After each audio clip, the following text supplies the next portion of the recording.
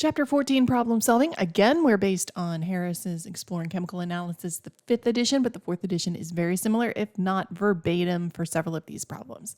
Number 1, we're going to explain the difference between electric charge, which is Q, or Coulomb's, electric current, which is abbreviated I, and we use amps, and electric potential, which is abbreviated with an uppercase E or a capital E, and it is volts. So charge, the electric charge is going to be the quantity of positive or negative particles. The current is going to be the quantity of charge per second. It's a rate. So, and it's charge per second moving past a point. An amp is a coulomb per second. And then electric potential measures the work that can be done or must be done on an electric charge as it moves from one point to another. So those are the differences. B, how many electrons are in 1 coulomb?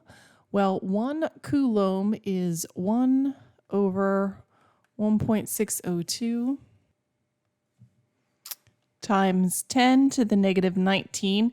And that's because it's 1.602 times 10 to the negative 19 coulombs per electron. We're asked for electrons per coulomb, so we need to take the reciprocal of this. And that is 6.242 times 10 to the 18 electrons per coulomb. Well, how many coulombs are in 1 mole of charge? That is going to be a Faraday. Capital F Faraday is about 96,485 coulombs per mole. B, we're asked to look at the thermite reaction. Do not try this at home. So we are asked to find both the oxidizing and reducing agents.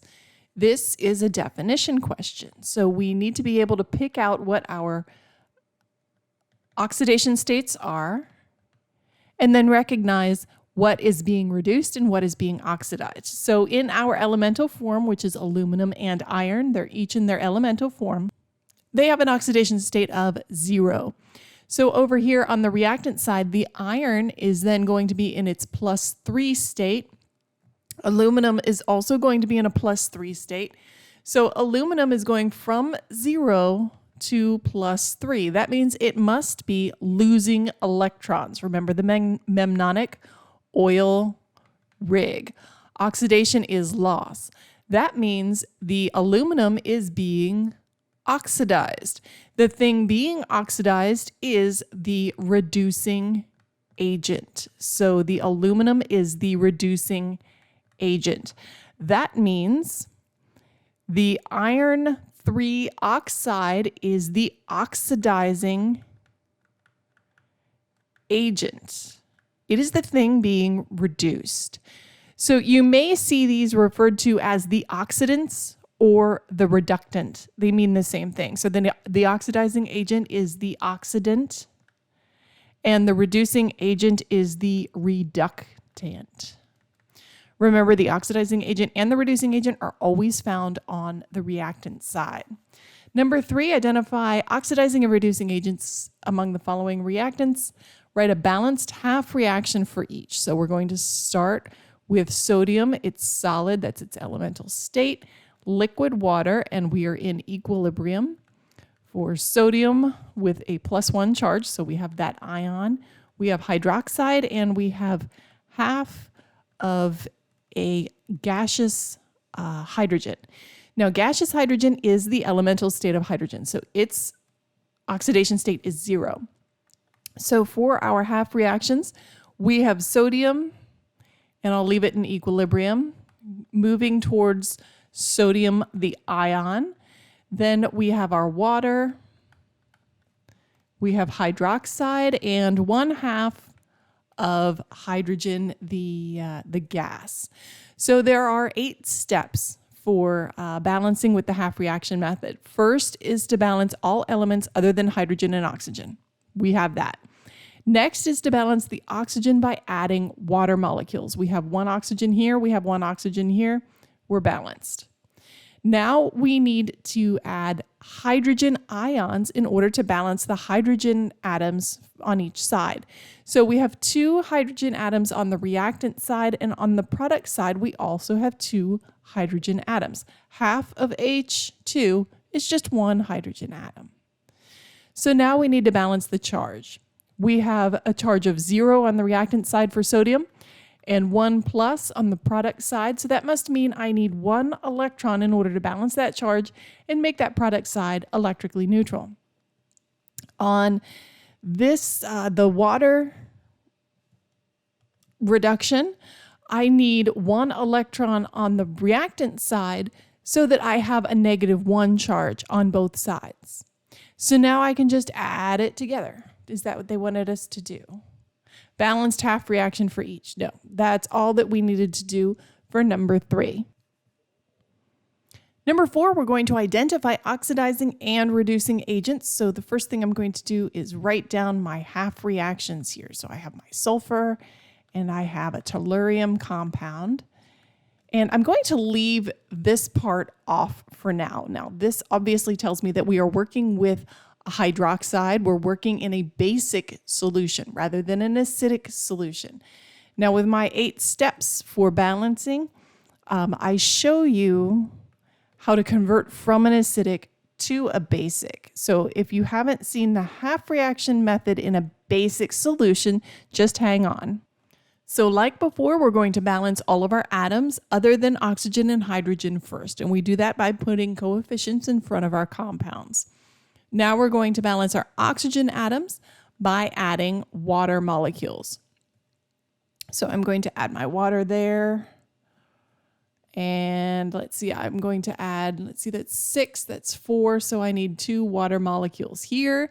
Then I need to balance my hydrogen atoms. So 4H and 6H. Now we have a basic solution. This is an acidic solution.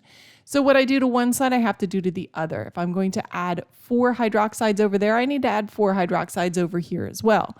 Now hydrogen plus hydroxide makes water. So because I have 2 water over here, I can erase those 2. So 2 of them cancel out. I'm just going to clean this up a little bit, put my OH here. And now I need to balance the charge over here for my sulfur half reaction. So I have 4 minus plus a 2 minus, so a total of 6 minus over here on the reactant side. On the product side, I have a total of 4 minus from here, so I need 2 electrons to make this balance. Now for the Terillium half reaction, here with my 6 hydrogen ions, I must need to be adding 6 hydroxides. What I do to one side, I have to do to the other. So those 6 hydroxide plus those 6 hydrogen ions make 6 water molecules. So these 3 water molecules get canceled out. I put a 3 here like this and just clean it up. I put my 6 OHs over here. Now I need to balance the charges. I have a 2 minus over here on the reactant side, and I have 6 minus over here on the product side. So that must mean I need 4 electrons on the reactant side to make the charge make sense. So now you need to go back and remember your mnemonic. I prefer oil rig because that's what I learned back in the dark ages. So oxidation is loss. Here's loss. Reduction is gain. Here's gain. So what is being oxidized and what is being reduced? Well, sulfur is being oxidized. So that sulfur with an oxidation state of +3 over here, that is your reductant. That is your reducing agent. It is the thing being oxidized. And tellurium, which is your oxidant, specifically this is tellurium, I believe it's +4. This is your oxidizing agent. It is the thing being reduced. So that's how you figure that out. B, how many coulombs of charge are passed from reductant to oxidant when 1.00 grams of tellurium are deposited? 99% of the time when you see grams, you need to convert it into moles. It's just one of those things we do. So looking at the periodic table, we have 127.60 grams per mole of tellurium.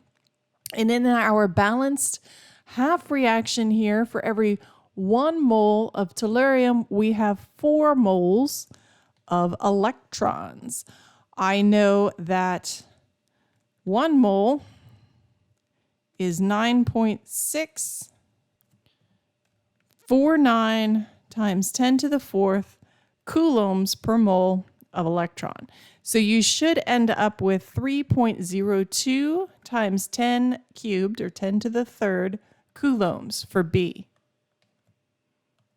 C, if tellurium is created at a rate of 1 gram per hour, how much current is flowing? Well, current is coulombs per second. So if we have 1 gram, then we have this many coulombs, 3.02 times 10 to the third coulombs per hour, but current is coulombs per second. That's an amp. So an hour is 3,600 seconds. Work that quick arithmetic and get 0.840